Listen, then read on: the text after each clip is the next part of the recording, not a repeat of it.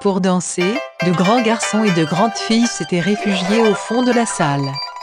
Un archet ayant frappé sur un pupitre, danseurs et danseuses se mirent en place.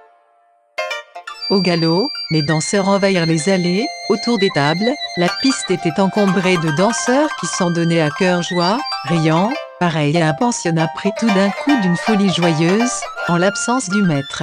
La musique enivrait et réglait la danse. Mais les hommes au cœur d'obsidienne, qui étaient encore au salon, paraissaient là de danser et causaient tranquillement par petits groupes. Ils marchaient et tournaient d'un air ennuyé. Quelques-uns savaient danser, cependant, la plupart, ignorant les figures, se remuaient sur place, embarrassés de leurs membres. Les quadrilles n'étaient pas nombreux, et les danseurs, à la manière nonchalante dont ils traînaient leurs escarpins, semblaient s'acquitter d'un devoir.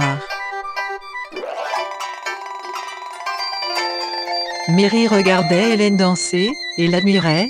Tout en écoutant Aaron, elle s'attendait à être invitée par lui à valser, et comme Aaron n'en faisait rien, elle le regarda d'un air étonné.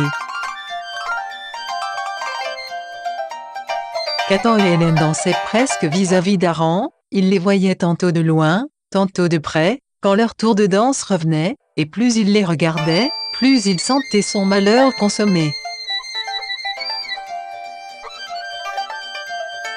Hélène posait son bras gauche sur l'épaule de son danseur, et ses petits pieds glissaient en mesure sur le parquet. La danse continuait, et son irréel était tel que, confondant ces deux pressentiments les plus indomptables de la journée, l'esprit de Mary mêlait à cette scène le souvenir de la place Gertrudstein, et que, tantôt elle croyait voir Aaron danser à la place de Cathan, et tantôt Cathan arriver, en dansant, jusqu'au pied de la guillotine, et jusqu'aux mains du bourreau.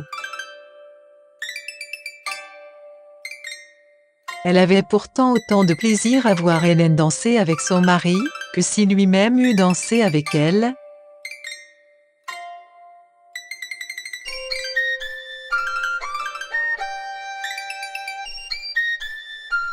Et il lui suffisait de boucher ses oreilles au son de la musique, pour que les danseurs lui paraissent aussitôt ridicules.